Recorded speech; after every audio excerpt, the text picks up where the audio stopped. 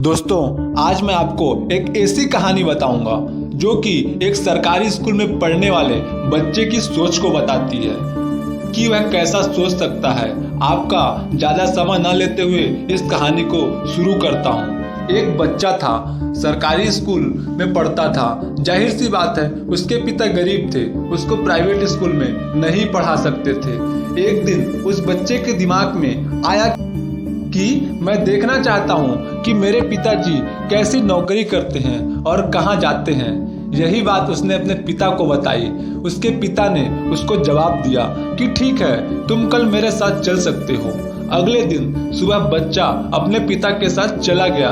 जैसे ही वहां पहुंचा तो कुछ देर बाद उसने देखा कि उसके पिता बड़ी बड़ी आलीशान गाड़ियों की सफाई करते हैं, यानी कि उसके पिता का काम महंगी महंगी गाड़ियों को सफाई करना है। तो उसके दिमाग में एक सपने का जन्म हुआ कि एक दिन मैं भी अपने पिताजी को बड़ी बड़ी गाड़ियों में बैठाना चाहता हूँ। मैं नहीं चाहता कि यह जिंदगी भर इन गाड़ियों की सफाई करते रहें। कुछ टाइम बीत गया।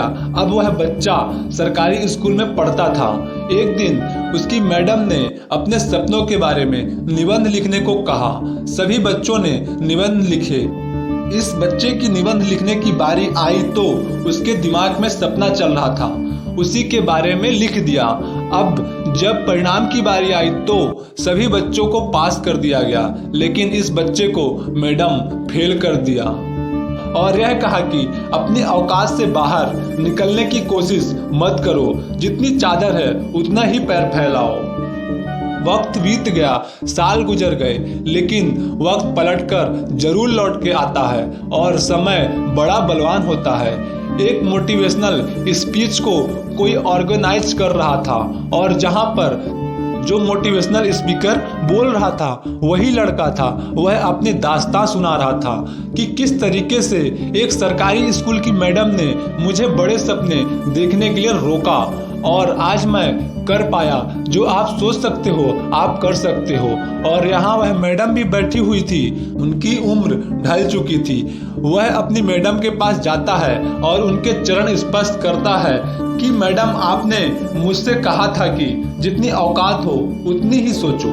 मैडम, मैं आपको बताना चाहता हूँ कि आप गलत थी और मैं सही था। सोच मेरी हमेशा बड़ी थी। आप सोच सकते हो कि मैडम ने क्या जवाब दिया। मैडम के पास जवाब देने के लिए कुछ था ही नहीं, लेकिन मैडम की सोच कुएं के मेढक की जैसी थी, जिसको आसमान भी उतना ही दिखाई देता है जितना कुएं के भीतर से नजर आता है। तो कुएं के मेढक जैसी सोच ना रखिए दोस्तों, समुद्र की मछली जैसा सोच रखनी चाहिए। कुल मिलाकर इस कहानी का ज्ञान यही है, बड़ा सोचना चाहिए। जो हम सोच सकते हैं वह हम कर सकते हैं, इसमें कोई दो राय नहीं है। ना कामयाबी का रोना वह लोग रोते हैं जिनको अपने सपनों पर भरोसा नहीं होता है।